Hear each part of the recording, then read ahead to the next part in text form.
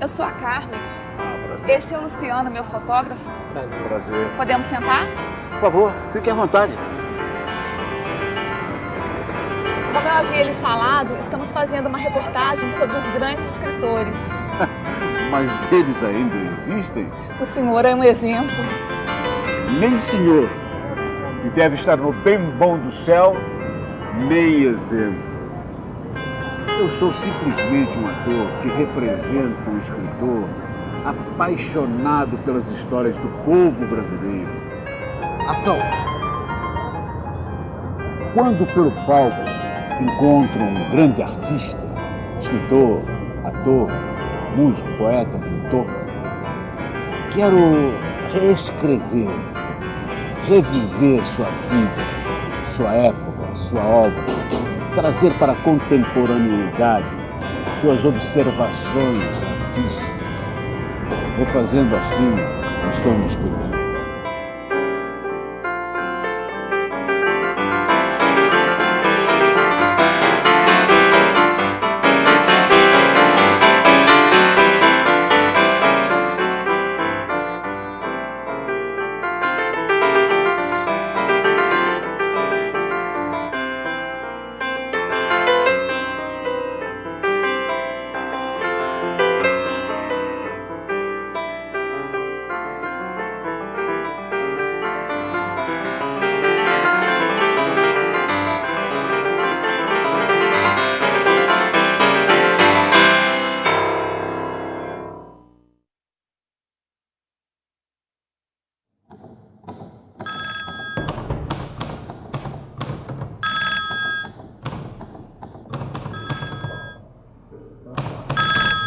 Então, mas como o senhor, que foi seu amigo, viu esse seu último gesto?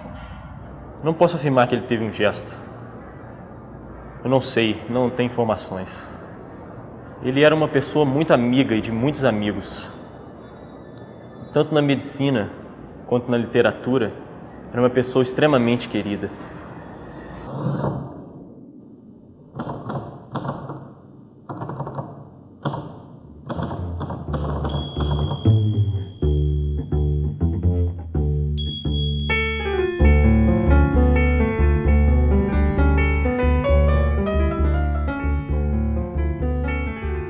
A vida no Brasil começava com o sol, na cozinha de minha avó.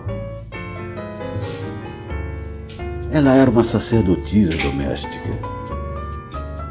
Na grande mesa onde se acumulavam os vasos rituais, ela procedia às soluções, às filtragens, às decantações, às pulverizações, às misturas de onde saíam os seus refrigerantes, cajuadas e seu inesquecível aluá. Não o de abacaxi como em Minas, mas o de farinha de arroz ou de fubá fino, fermentado nos potes de barro.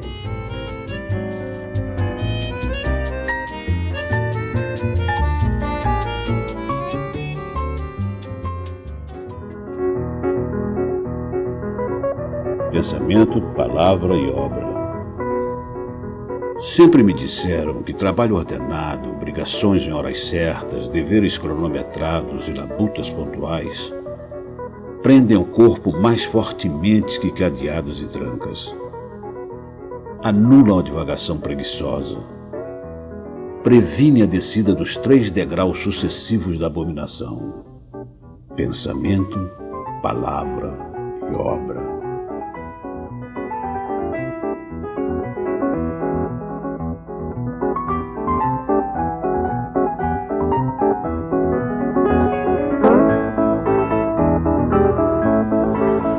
Maria Gladys! Que saudade! Você sabe que o povo mineiro gosta muito de você? Eu sei. Eu também gosto muito de Minas. Nunca me esqueço os poetas mineiros. Hão de chorar por eles os cinnamomus. Também sinto muito sua falta, Pedro. Como esquecer Drummond? Os Alfonsos, os Murilos, os Guimarães, das rosas mangas de Ubá e as goiabas vermelhas de Ponte Nova, como esquecer a Mantiqueira e os frios caminhos que nos levam a Minas?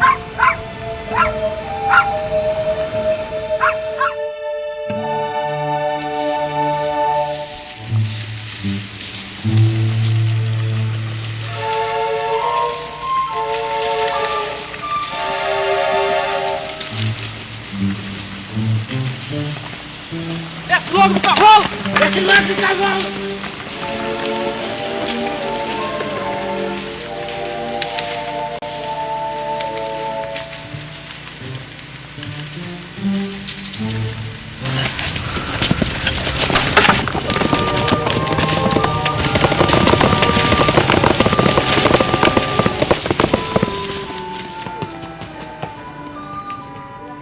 Meu bisavô foi tropeiro no Caminho Novo de Minas. Explorava o comércio de trocas de animais, tropas de carga em caravanas de burros e bestas. Essas caravanas eram sempre assaltadas pelos gatunos da Mantiqueira, os senhores do solo. O pedágio já existia e era cobrado na época ferro e fogo para quem queria chegar do Rio de Janeiro à fazenda do Juiz de Fora. A noite é fria na zona da Mata Mineira.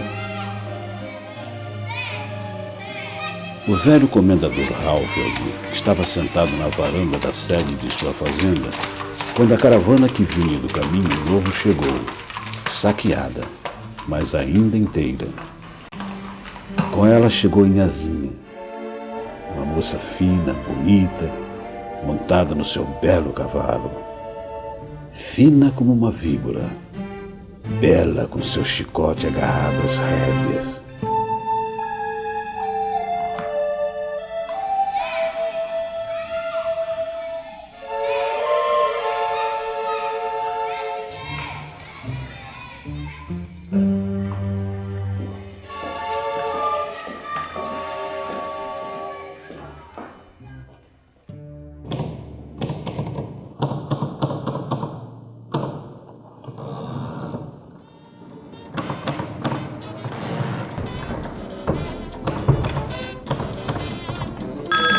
Eu sei que você me maltrata e além de tudo tem prazer em me fazer chorar. Eu sei que você não me quer e até hoje só me quis contrariar. Embora você seja assim, eu acho que você gosta um pouquinho de mim, mas eu sei que você me maltrata e além de tudo tem prazer em me fazer chorar. Eu sei que você não me quer até A recíproca é verdadeira. Ô Zé, como é que vai, meu querido? Pra que você me maltratar? Pra que fingir assim? Se leio sempre em seu olhar. Doutor, o senhor vai me desculpar, não querendo atrapalhar a nossa conversa, mas eu tô precisando de uma consulta. Tô com uma dor danada aqui no ombro. Ai, não dá nem pra mexer no caixa. Bursite, Zé. Bursite? Doença de difícil tratamento. Meu pai, que também foi médico, fez medicina e farmácia na Bahia, depois no Rio de Janeiro, dizia que este mal não tem cura. Que é coisa da idade chegando. O que eu sei é que banho frio, gelado, resolve parte do problema. Rosa, Rosa, você chegou na hora H, Rosa. Diz aqui pro Zé. Como é que é aquela história da felicidade? Ó poeta Brant Horta, que saudades. Acabou-se o tempo da felicidade. Foram-se as horas desses dias de ouro, em que eu julgava a terra e a mocidade, sempre o caudal do gozo morredouro. Passaram-se sonhos, ilusões, ideais, foram-se os dias que não voltam mais. Gostaram, crianças? Gostamos. Ah, tia Rosa, conta a história da pele. Ah, não, conta a história da Bela Adormecida. Conta a história da Bela Adormecida. Ô tia, conta a história da Bela e a Fera. Então, crianças, em homenagem ao Pedrinho, eu vou contar a história da Bela e a Fera. Era uma vez... Não tenho lembranças nítidas do meu tempo de infância em Juiz de Fora. Mas lembro-me de Rosa. Pele escura em carne dura. O mais impressionante não era a beleza da negra. Era a sua memória prodigiosa.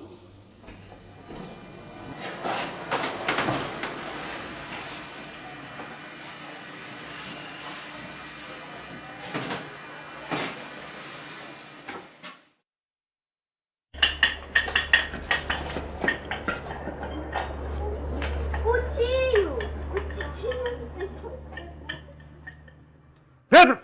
Menino! Vou virar você do lado do avesso. Meter minha mão pela sua boca, empurrando até o estômago, até o quentinho da barriga, até o molengo da tripa. Um dedo assim pelo fiofó pra fora do fiofó, enganchar firme e ó... Assim, tudo que tava pro lado de fora, vem pro lado de dentro. Pele, roupa, tudo pro lado de dentro. E o de dentro pra fora. E se ainda assim não der certo, ó... Eu vou capar você com meu canivete de pica-fumo. Estive com Rosa outro dia. Estava tão velha, tão gorda, e me pareceu que bebia muito. Rosa, você toma uma cervejinha? Tomo, seu Pedrinho, só se for entremeando com cachaça para respaldar. Vai pra já. Chão de ferro. Eu ainda era uma criança quando vim morar aqui no Rio de Janeiro. Depois voltei de trem para Minas Gerais. Fui estudar medicina em Belo Horizonte.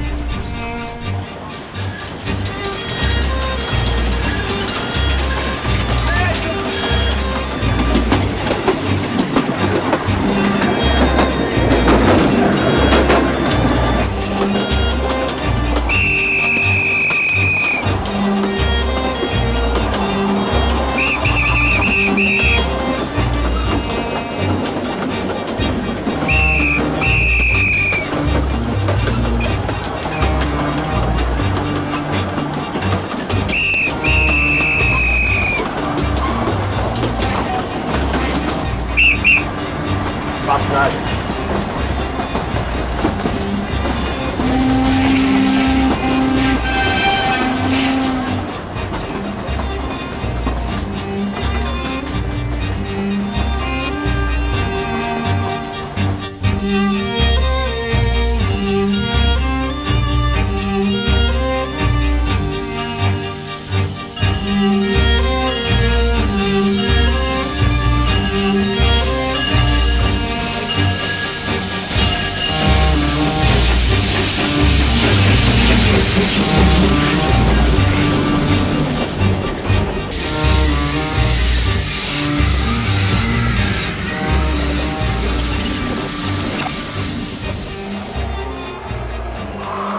Em 1916, ia-se do Rio de Janeiro a Belo Horizonte em 18 horas.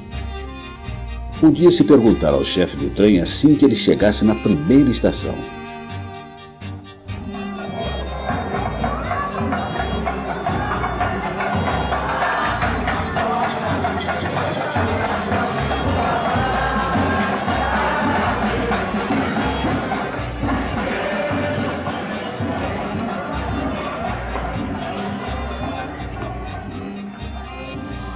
Qual o atraso que vamos levar até Belo Horizonte? 4 horas, 6 horas, mais de 8 horas. Não dá para precisar o tempo não, mas com certeza vamos chegar. É fabuloso de incompetência. Um silvo breve. Atenção, siga. 2 silvos breves. Pare. Um silvo breve à noite. Acenda a lanterna. Um silvio longo. Diminua a marcha. Um silvio longo e um silvio breve. Trânsito impedido em todas as direções. 3 silvios longos. Maquinistas a bordo.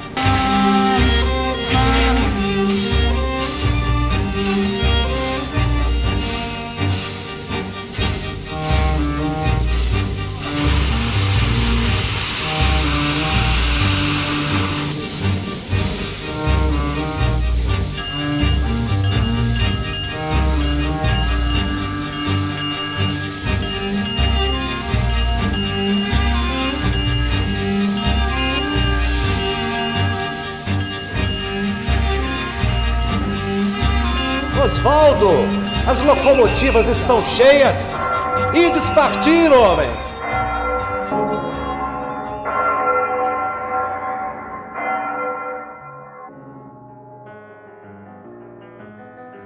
Nesta varanda ao luar, onde o calor de um amor impossível irradiava seus últimos lampejos, o comentador, leal servidor do Barão de Caxias que combateu Teófilo Otoni e os mineiros na Revolução Liberal de 1842, enfeitiçado pela paixão, casou-se com essa menina e viveu um casamento de apenas 6 anos. Morreu. Sua jovem bela viúva tinha 26 anos e ficava riquíssima. A viúva rica, o olho chora, com o outro repica. E a criança?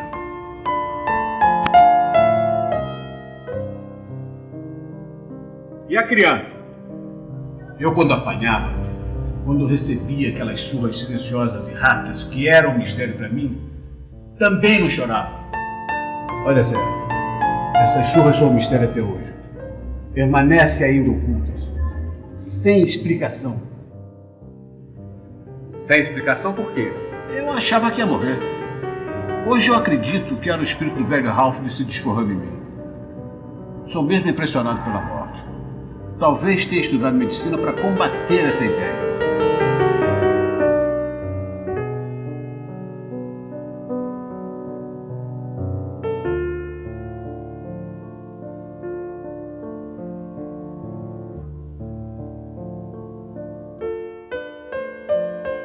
Eu, quando criança, aos poucos fui tomando conhecimento das bestas que me dominavam pouco a pouco. Já depois dos 30, um pouco mais.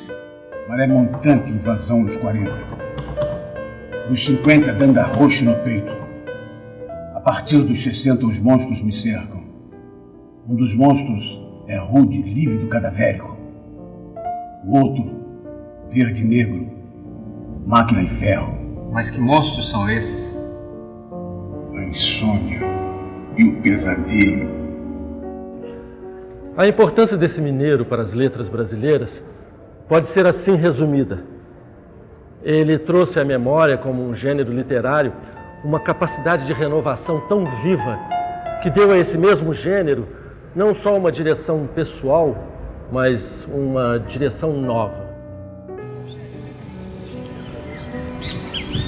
O rio do subconsciente não para de correr como não param a circulação, a respiração, as funções misteriosas. Aquele curso subterrâneo aflora às vezes em sonhos, porque ninguém sonha que é telefone, agulha ou simples objeto. Um homem não sonha que é mulher, nem mulher sonha que é homem. Mas quem é você?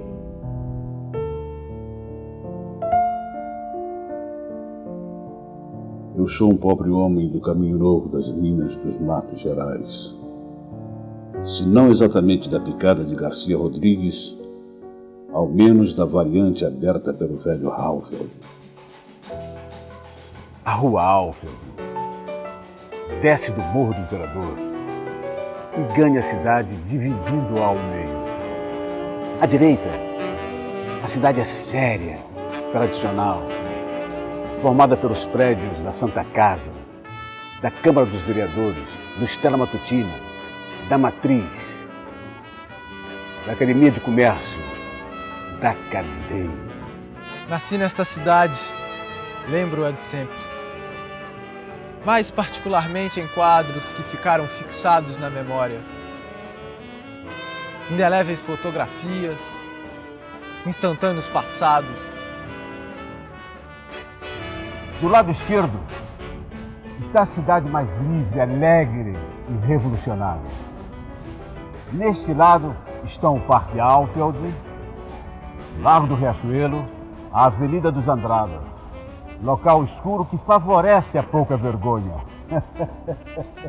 Na margem esquerda da Halfeld ficavam o Cinema Farol, o Politeama, a maçonaria, que era considerada muito pior do que os bordéis, que as mulheres damas, que os colégios leigos.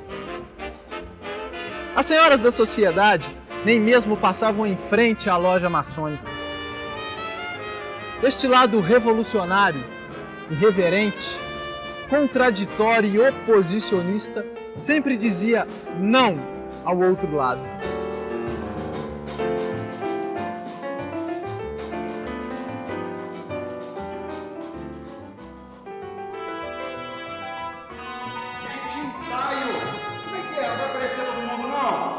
Alfa, tá aí já. Ótimo, Ricardo. Cadê o cura? O cura.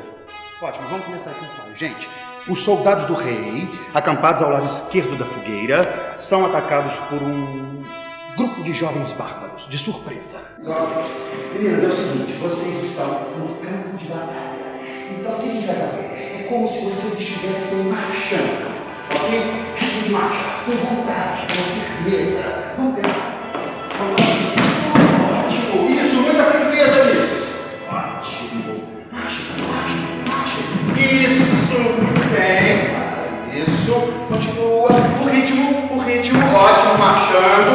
Vocês serão conduzidas por um homem excepcional. O jovem e belo bailarino em cena para a batalha. Ricardo, agora você, como todo bailarino revolucionário, para e reza antes da batalha. As meninas. Muito bem, o ritmo. Pelos meus ideais revolucionários. Lutarei bravamente até a morte. Tá bom, mas tá faltando um pouco de dramaticidade. Mais força. Tenta fazer isso de novo. Agora tenta achar esse espírito do guerreiro, do soldado. Vamos lá.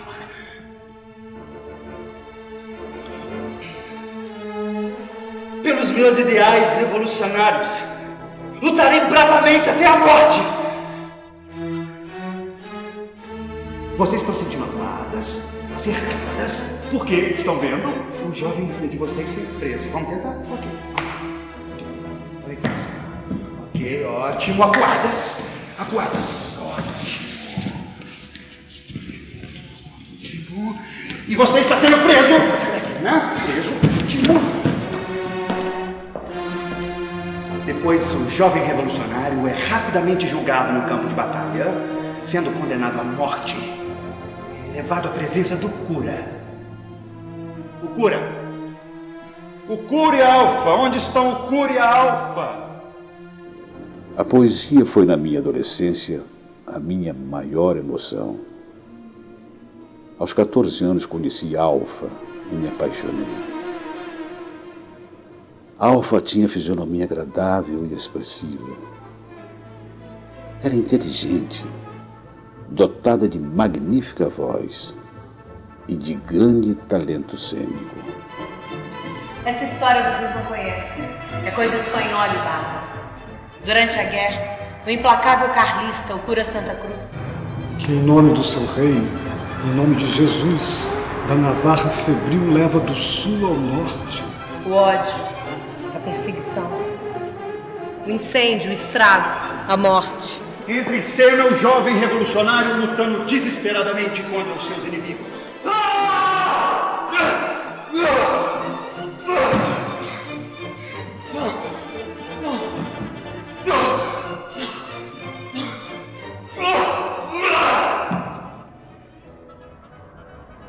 Um dia cai na mão do fanático um jovem republicano.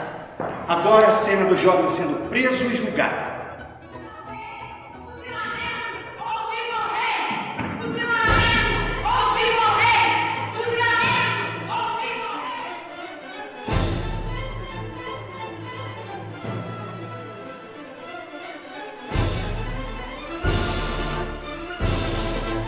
Eu prefiro a morte do que negar meus ideais. Mas antes eu quero me confessar. Não, Ricardo, mais dramaticidade! Mais dramaticidade!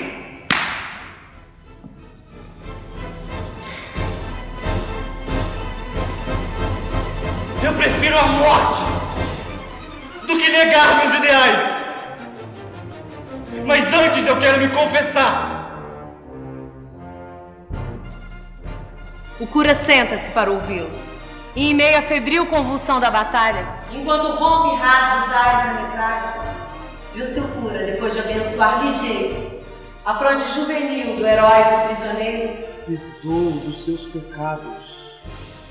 prender de uma clavina e, dando um passo ao lado, vazar tranquilamente o crânio do soldado. Ah, poder mágico que a alma nos força e acomete a mente. Poesia, dardo de acerada ponta e acerado corte. Fogo no coração e água nos olhos. A velhice é um isolamento. Hão de chorar por ela os cinnamonos.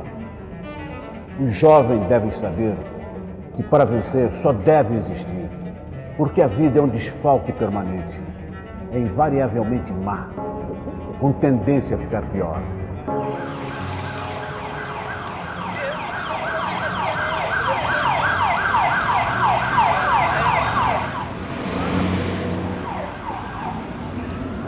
A noite alterna brancos cruéis e negros absolutos, como as estilogravuras de Oswaldo Guilde.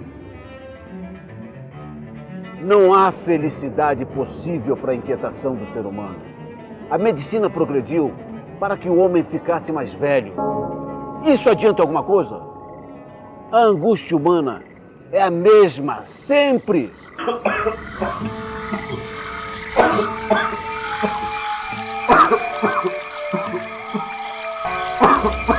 Sempre tive pesadelos hediondos. Me assaltaram durante anos. Armava e desarmava um fuzil.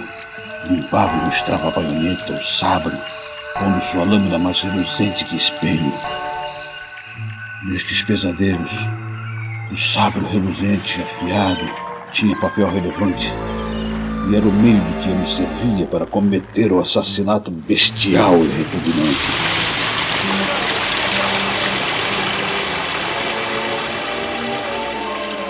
A repetição de pesadelos é tão nítido, tão sensível. Cheguei a duvidar de mim e a indagar seriamente se minha personalidade não estaria se desdobrando nas noites. E se esses crimes imaginários não seriam mesmo obras reais. A torturante repetição, eu avanço sempre armado do mesmo sabre. Fica calmo, amigo. Tudo isso é delírio. Nada é verdade. Tudo é cinema. Cinema. Honra e amor. Foi o meu ofegante primeiro filme. Efeitos de incêndio em película vermelha. De luares, película azul.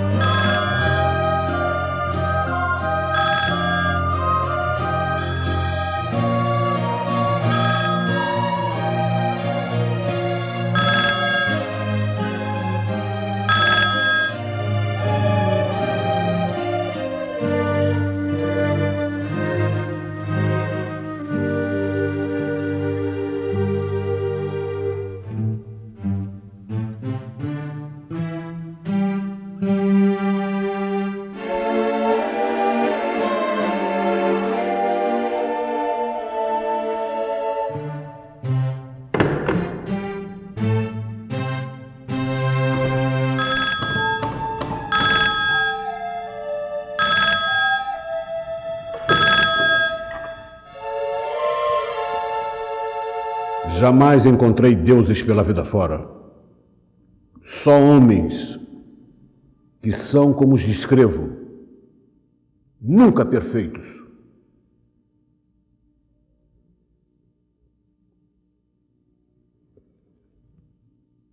Em minha obra não há ofensa de espécie alguma. Faço muita caricatura, injúria nunca.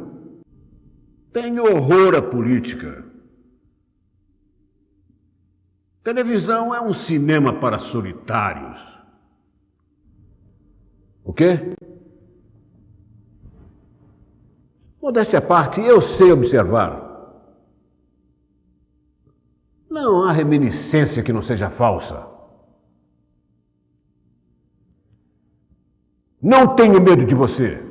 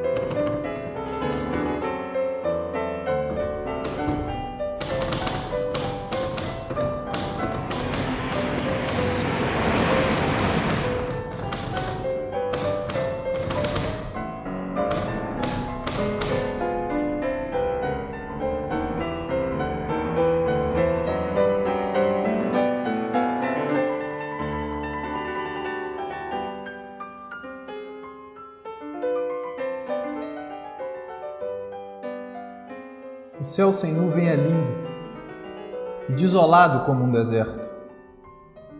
Pesa o sol alpino, despejando luz tão branca e densa que se tem a impressão de vê-la descer em lenta pulverulência. O sol do meio-dia seria insuportável sem esse vento que não para. Creio num ritmo absoluto. O ritmo de um homem deve ser interpretativo. Há de ser, por conseguinte, e afinal de contas, peculiar a ele, não imitado. Minha avó era linda, linda de pele, de dentes, de cabelos, de corpo e de airoso porte. Linda do pescoço serpentino, como de Simonetta Vespuccia, do quadro de Sandro Botticelli. Estou te escrevendo no meu escritório, olhando lá fora o dia molhado, frio e gris que cobre a terra, a Bahia e do outro lado da linha de montanhas daqui visível. As coisas familiares tornam-se estranhas e fantasmais, mesmo à luz acesa. À noite, só tenho medo pânico do ruído de minha sola no chão. Respiro baixo, como ladrão. Ficava apavorado depois dessa noite com os mortos. Assim, aos poucos, o céu negro do quadrado da janela vai se acinzentando. É o sinal de sol dentro de pouco da vassourada dos fantasmas.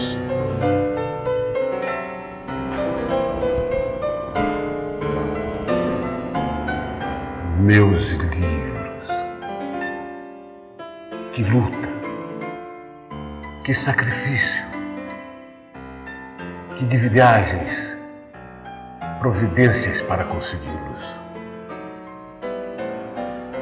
Mas também que oásis. Abrir-me em instante e senti-los um por um, os seus couros, pergaminhos, caneiras, papéis, percalinas, como quem passa a mão, sente, palpa a pele amada.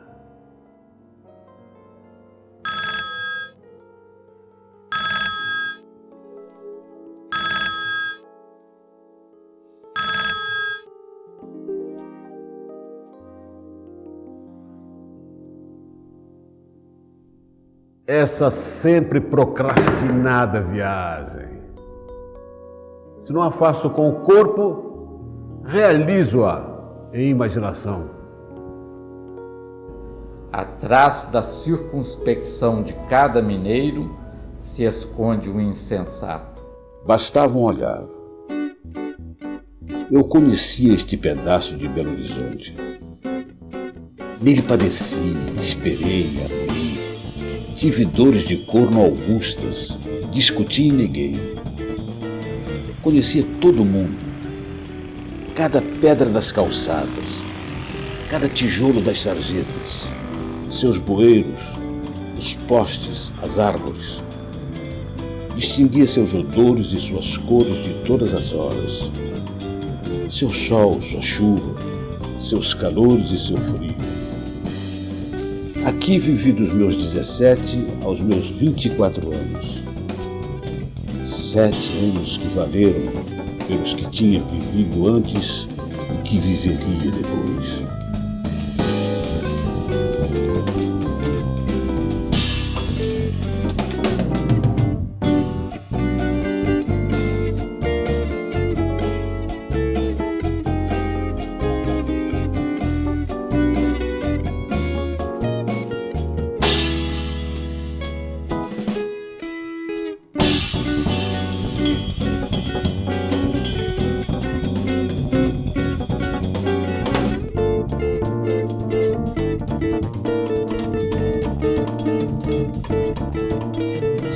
que colocava o pé na porta do bar do ponto, identificava primeiro os que ali já estavam sentados.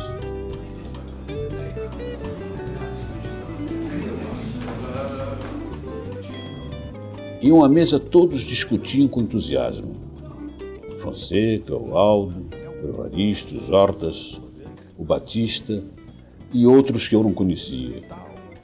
Faziam tal esporro que me sentei com o Cavalcante e o Paulo Machado num canto e passamos a estudar o ruidoso grupo.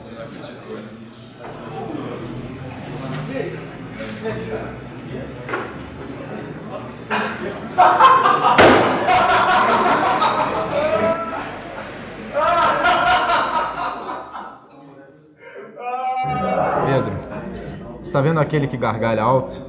De olhos grandes, mãos finas e compridas, com as unhas em pontas tratadas a polidor, que pede agora ao garçom cervejas mais geladas? Ou essas garrafas chegam bem geladas, ou o senhor tomará conhecimento de meu material de fazer apendicite. Seu nome é Luiz de Araújo Moraes. Lula para os íntimos. Malagoano da peste, estudante de veterinária. Anda com uma navalha no bolso, onde estufa-se o lenço de seda. Esse eu conheço. Ele é filho de uma inglesa que morava no Morro Velho. Estudava no colégio militar. Seu nome é Roberto Brandão. E aquele outro é o Drummond. Ele é amigo do Aníbal, meu irmão. Carlos Drummond? Eu acabei de ler na rádio um Sr. Rosarita, um pequeno conto dedicado ao Álvaro Moreira. Um instrumento literário de protesto contra o parnasianismo, contra o imobilismo, contra o sonetismo que curarizam o Brasil. Audácia poética, no desrespeito ao consentido, ao consagrado.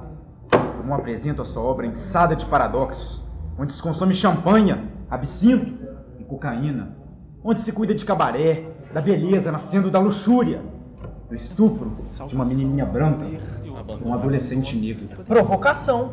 Desafio à delicadeza da tradicional família mineira.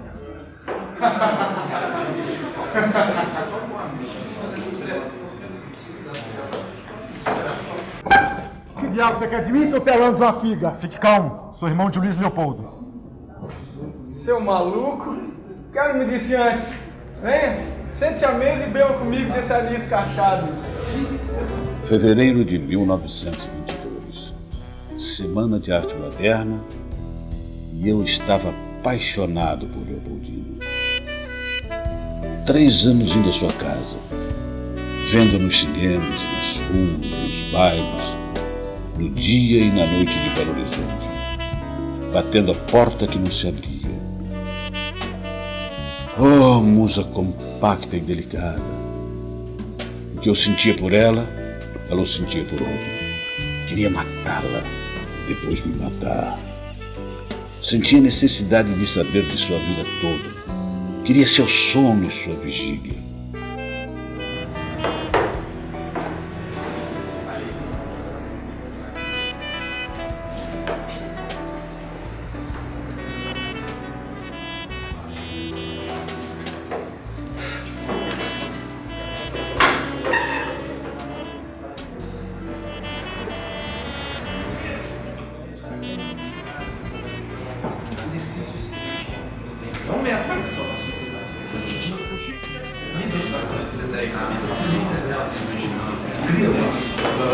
Conhecimento, salvação, poder e o abandono. Podemos ir para a nossa mesa, porque o pessoal já está chegando. Claro que pode.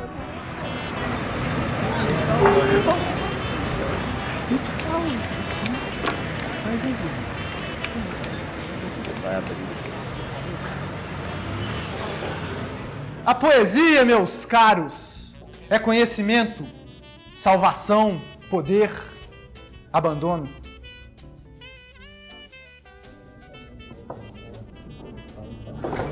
Operação capaz de transformar o mundo. A atividade poética é revolucionária por natureza. Exercício espiritual. É um método de libertação interior. A poesia, Pedro, não revela este mundo. Cria outro. Pão dos eleitos. Alimento maldito. Repetir. Repetir sempre. Pois o tempo físico, o átimo da prolação tende a seu próprio fim. Só existe enquanto não acaba. Mas a fala é ato no tempo, é nome e é predicado. Se apenas imitasse os objetos mudos no espaço, ou só fizesse abstração da temporalidade subjetiva, estaria condenada à repetição e às suas variantes, privando-se de alguns dos seus maiores dons, o andamento e a entonação. Imagem das coisas e movimento do espírito. Este é o grupo do Estrela, que fica as madrugadas adentro em conversas de horas e horas sem fim. Um cantinho no céu, onde o importante não é ter ou fazer amigo, é ser amigo. O telefone lá em casa não para de tocar e eu não quero atender. Agora é aqui no bar. Eu odeio essa tecnologia. Alô? Zé, você não acha que essas histórias contadas como cartas de um baralho fora de ordem estão me levando à loucura? Me perdoem os leitores, os espectadores, que na certa não irão me entender. Às vezes até eu me confundo, mas também não quero ser cronológico. Prefiro deixar a memória vogar, ir, parar, voltar, beira-mar. Meu barco sobe e desce, adianta e recua, num círculo luminoso cercado de trevas.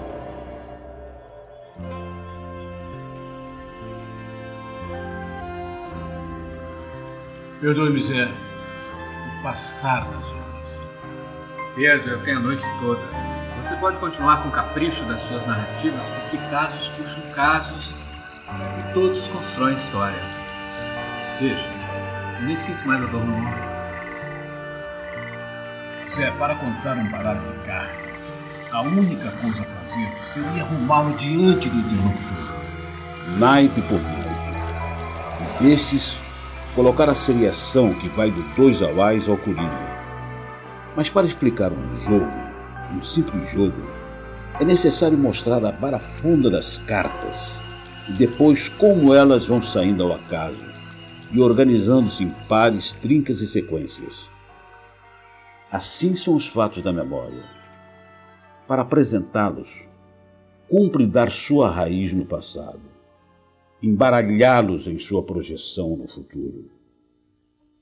Belo Horizonte, tão diferente hoje, tão desumanizada, tão violentamente progressista, tão outra na sua população.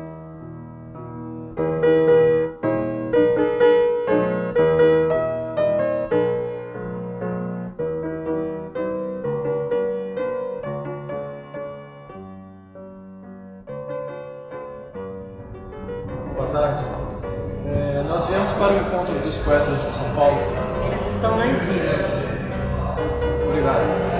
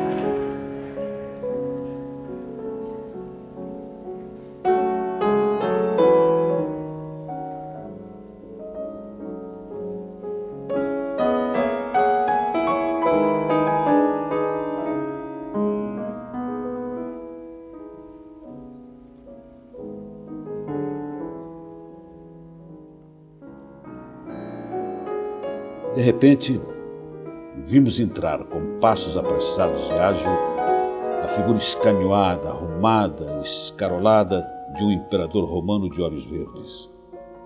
Era Oswald. Quais são vocês? Eu sou o Pedro. Esse aqui é o Martins. Aquele ali é o Emílio. Oh, meu bom Emílio! Sabe que outro dia minha mulher tentou me assassinar utilizando um instrumento de furar carne retirado do faqueiro de prata da família? Foi assim que ela morreu? O modernismo morreu? Não, meu caro. Quem morreu foi a Academia Brasileira de Letras.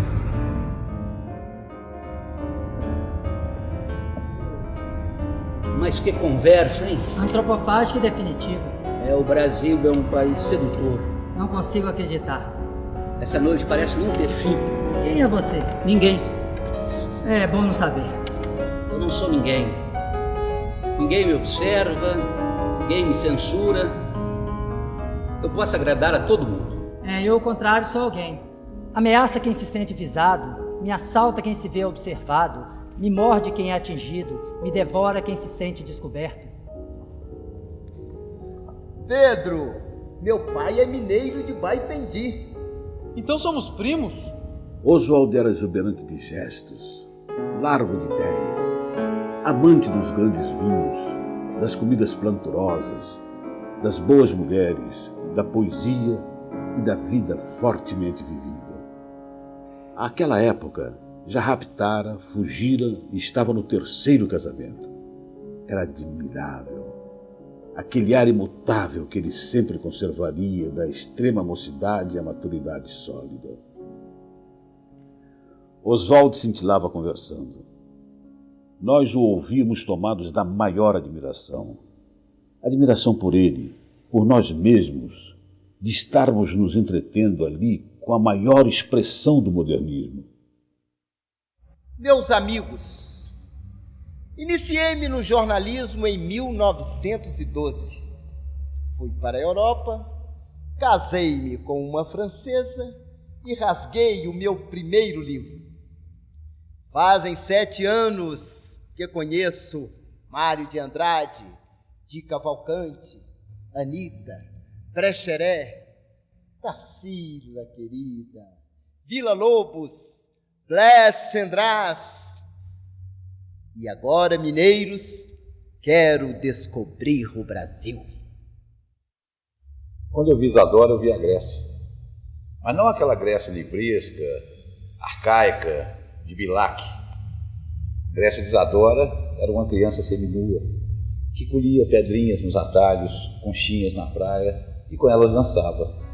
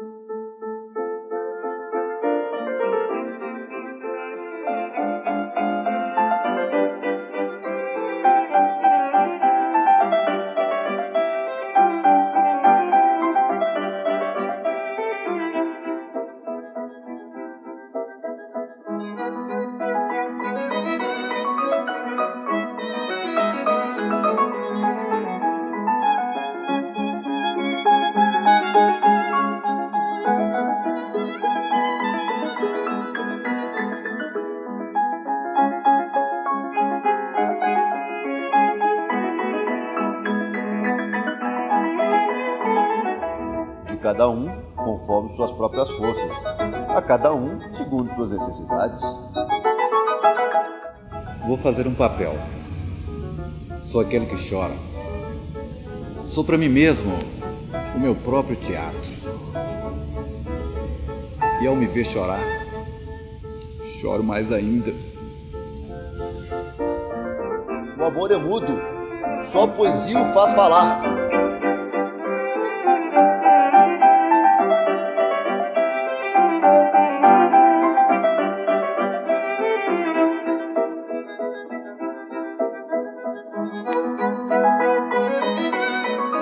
Considera-se um bom poeta? Eu faço o possível, querida. O que acha de seus romances? Muito bons, apesar das restrições da crítica, do público. O que pensa da cultura nacional? Pegando a palavra cultura na sua acepção popular não sociológica, eu não vejo nenhuma manifestação cultural no Brasil de hoje de interesse. Está triste, homem? A vida demora a passar. Que isso? A vida é boa. Eu estico a minha como uma bala puxa.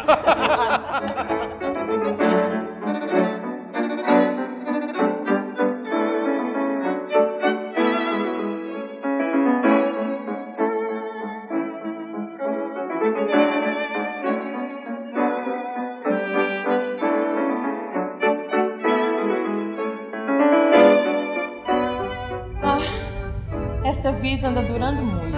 A vida é boa. Eu estico a minha como uma bala puxa. Adoro bala puxa.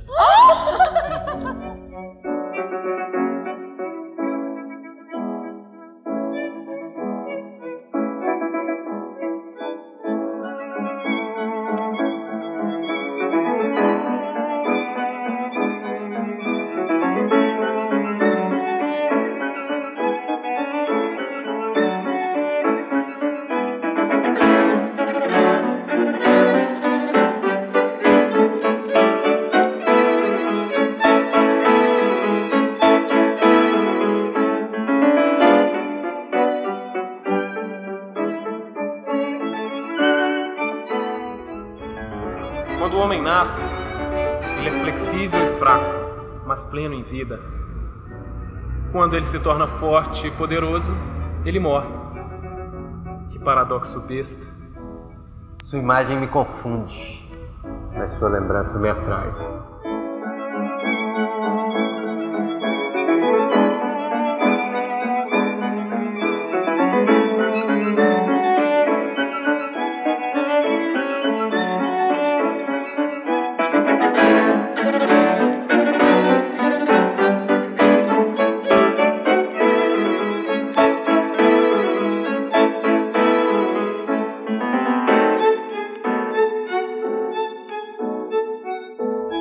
Isabel, este foi o grito de São Paulo, enriquecido pelo café, que jogava fora a carapaça velha e provinciana para aparecer, aqui nessa cidade fora de moda, como uma grande metrópole, rival de Paris e Nova York. Hoje, Fábio, a prosa e o verso dessa época, com suas caricaturas, imagens delirantes, podem parecer meio fora de moda, mas ambos trazem tal alegria de viver e entusiasmo lírico que provocam afeição e simpatia.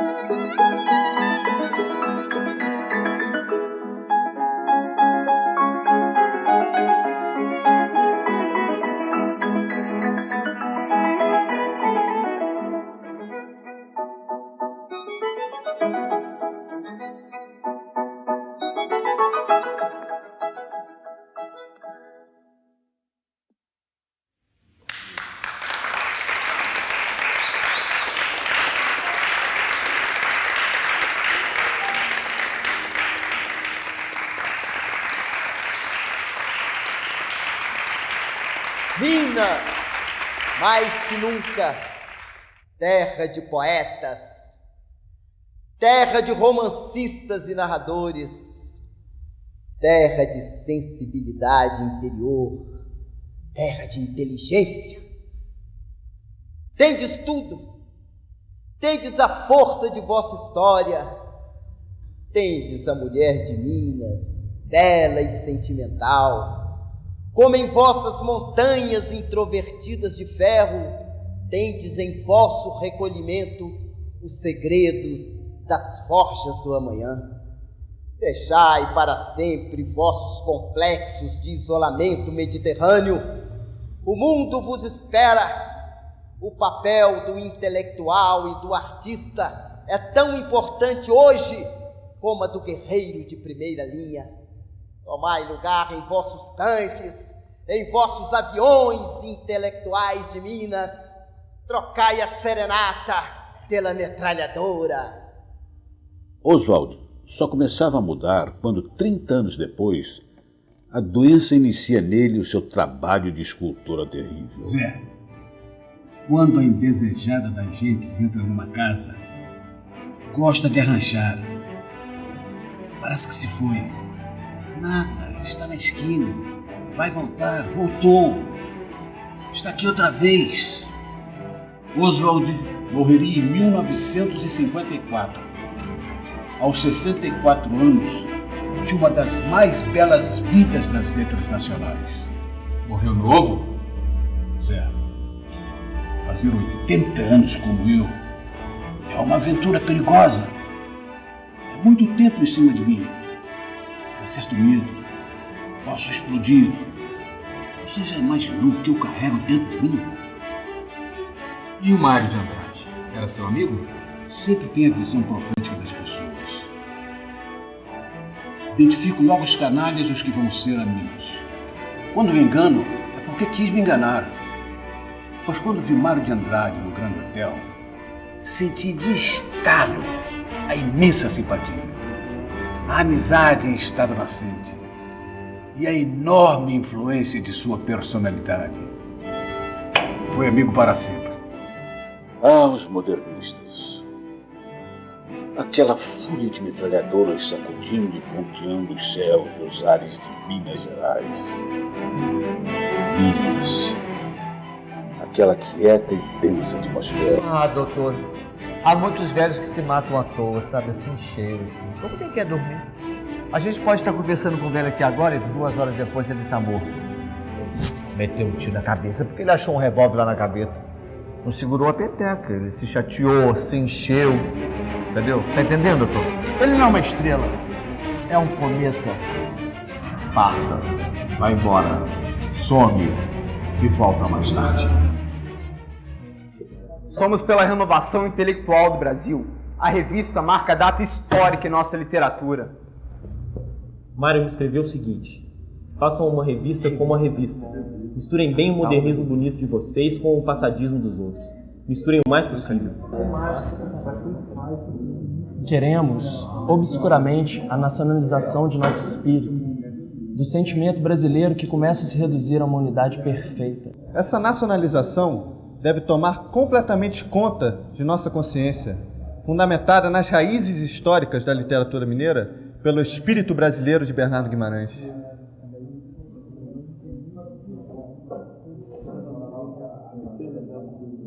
O que tinha escânio, esse moço, para impressionar seus companheiros de Cataguases e Belo Horizonte durante o pouco tempo que durou sua vida? Não tive essa infância moderníssima, de matinês de cinema e partidas de futebol.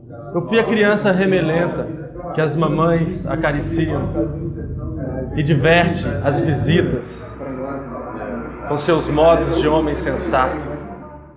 Terá sido a tristeza desse exílio, mas este sofredor de pequena biografia havia de ter mais alguma coisa de imponderável. Uma tristeza permanente que não inspirava simples simpatia, nem apenas amizade. Também não era amor fraterno. Era maior porque todos nós nos impregnávamos de um sentimento paterno de proteção, como a adivinhar em torno dele o perigo. Havia nele uma obscura ameaça.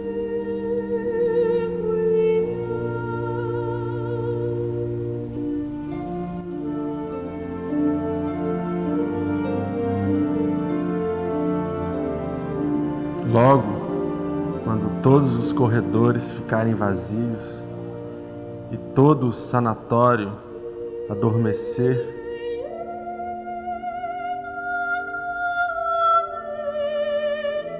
a febre dos tísicos entrará no meu quarto, trazida de manso pela mão da noite.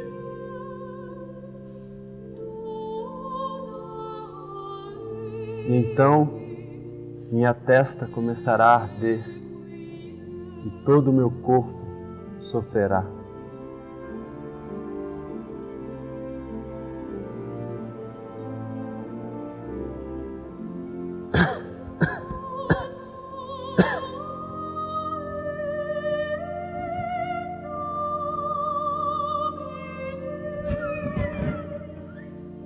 Eu rolarei, ansioso, no leito, o peito opresso e a garganta seca. Que horas são? É tarde, Zé. São horas de ter vergonha. Time to be honest. Quando eu completei 75 anos, lembrei-me de Shakespeare. Timon de Atenas, o generoso patrono das artes e das letras, que depois de cego e tudo perder, é abandonado pelos amigos, a quem muito ajudou, e vai refugiar-se em uma caverna. Eu também queria, como Timon, refugiar-me de todos. Olha, Zé, vou te contar a história de Olinda e do velho conselheiro. Olinda era a mais linda flor luz a luzinha.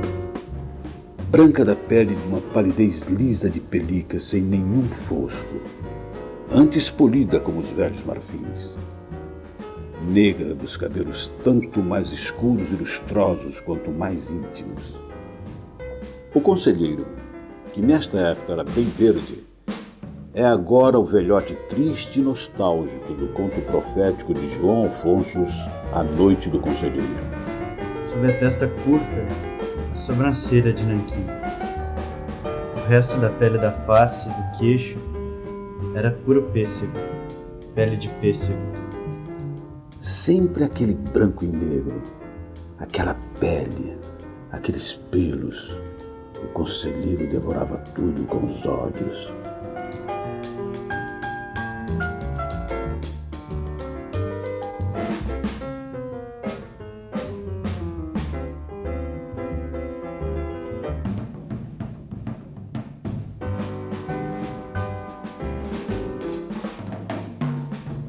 Mão na nuca, para descobrir o sovaco e levantar os peitinhos. Ora, levantar os peitinhos é descobrir o sovaco? Zé, o conselheiro perdia o ar na curiosidade daqueles claros e escuros. Ora, mas então o conselheiro era mais um voyeur do que um amante. Quê? Ó, linda. Não é pernambucana nem nada. Você mesma me disse que era portuguesa. Portuguesa mesmo. Meu pai era Danilo. Daí, com as letras do nome dele, fez o nome de uma irmã que eu tinha. Oldina, tadinha. A mim deu Olinda. Onde é que tá teu pai, esse príncipe Danilo? Ah, brinca não, bem. Morreu. Desastre de caminhão, escapou ninguém. E você tem mais família? Tenho. Onde?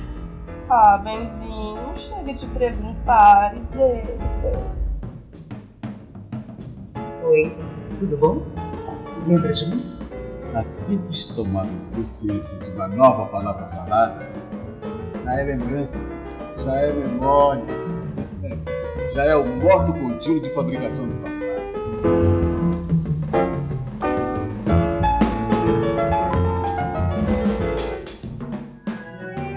Nostalgia, de escuchar su risa loca y sentir junto a mi boca como un fuego su respiración. Que deleitosa descoberta da língua.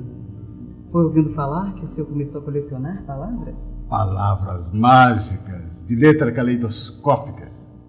Palavras que iam se unindo umas nas outras, iguais e adesivas, como uma tira de esparadrapo. Vem cá, você só sabe falar dessa maneira? Como? Assim, parece que está sempre fazendo um discurso.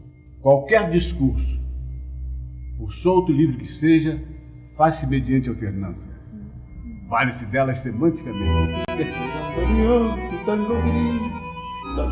Te irá igual, algún amor sentimental. Llora mi alma de fantoche, sola y triste nesta noche, noche triste. Eu prefiro a essência das coisas. O que o senhor acha disso? estoy con mi desvelo para ahogarlos del amor. Quiero emborrachar el corazón para olvidar un loco amor, mas lo vuelvo a recordar. Nostalgia, escuchar su risa loca y sentir junto a mi boca como un fuego su respiración.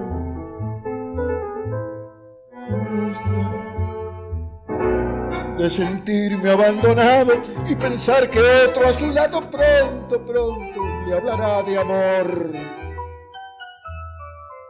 Hermano, yo no quiero rebajarme, ni pedirle, ni llorarle, ni decirle que no puedo más vivir. Desde mi triste soledad veré caer las hojas muertas de mi juventud. O que eu acho disso? No jardim ao fundo da casa, durante o velório de seu amigo Ismael Neri, Murilo Mendes, visivelmente transtornado, de súbito começou a gesticular e, falando alto, num crescendo, até chegar a clamar no escuro a anjos que só ele via. Quando o grande anjo gritar, não haverá mais tempo. Minha essência pura se unirá à tua e seremos apenas um só. Ismael tinha sua concepção do mundo e das artes, que Murilo chamou de essencialismo, segundo a qual é preciso eliminar os supérfluos que interferem no conhecimento da essência das coisas e do homem. Essência que só pode ser atingida mediante a abstração do espaço e do tempo. Entenderam? Meu recado é, pois, não façam como minha geração, que sempre se reprimiu em função de uma porção de coisas. Anatole France, indagado como se sentia diante de tanta glória, respondeu: nunca fui feliz um ano, um mês, uma semana, um dia, uma hora, nem um minuto da minha vida. O mesmo digo eu.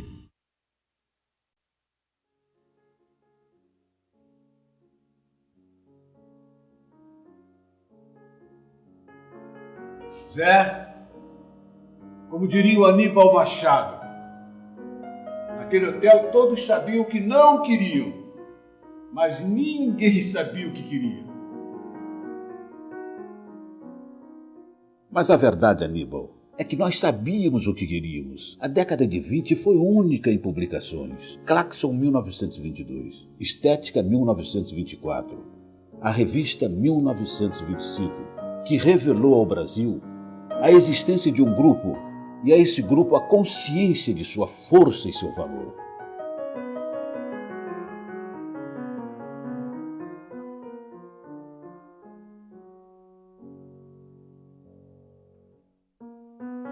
Tenho minha vida neste pequeno cômodo de 6 metros por 3, onde se concentra a parafernália com que temos a ilusão de matar nosso assassino.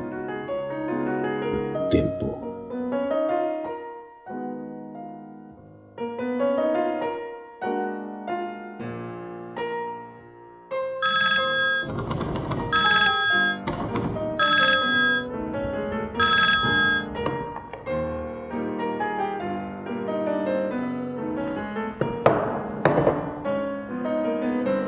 Telefone para trazer o mundo para perto. Vitrola e discos voadores para sonhar nas asas da música. Rádio e televisão para que, tão desacompanhados, tenhamos a ilusão de conviver. Livros para nossa viagem no espaço e nas eras. Como pode um peixe vivo viver fora da água fria? Quando morto estiver meu corpo, evitem os inúteis disfarces. Os disfarces com que os vivos, só por piedade consigo, procuram apagar no morto o grande castigo da morte.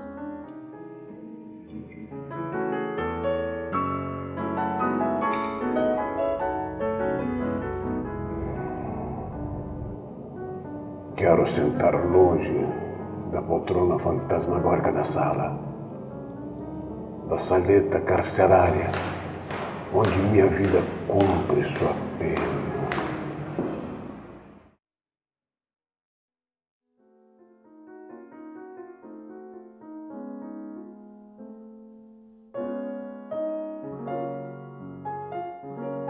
E o sol, no seu último instante, se insinua por fresta aberta nas nuvens de tempestade e manda aquela luz perdida. Essa luz que se espalhara em todos os embórios de nuvens, súbito desapareceu e a tarde apertou seus escuros.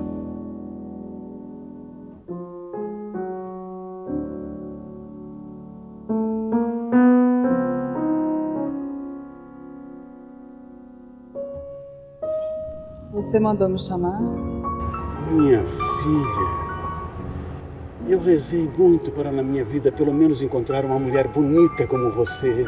O Senhor atendeu a sua prece. Mas quem é você? Um anjo? Eu nasci de suas memórias e aqui estou. Minha filha, hoje não é um bom dia para brincadeira.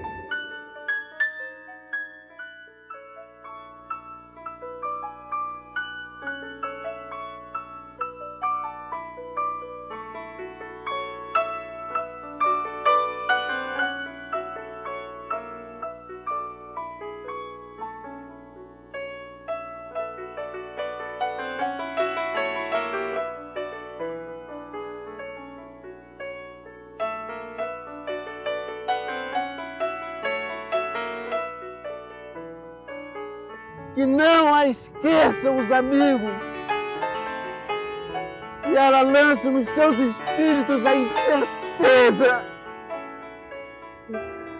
o pavor, o pasmo, e cada um leve, bem nítida, a ideia da própria morte. Meus amigos, tenham pena, se não do morto, ao menos dos 2 sapatos do morto, dos seus incríveis, patéticos sapatos, pretos de verniz. Olhem bem esses sapatos e olhai os vossos também.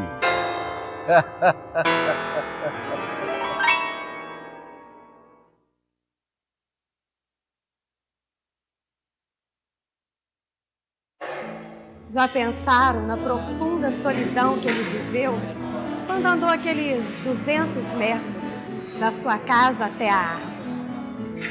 Seu último refúgio.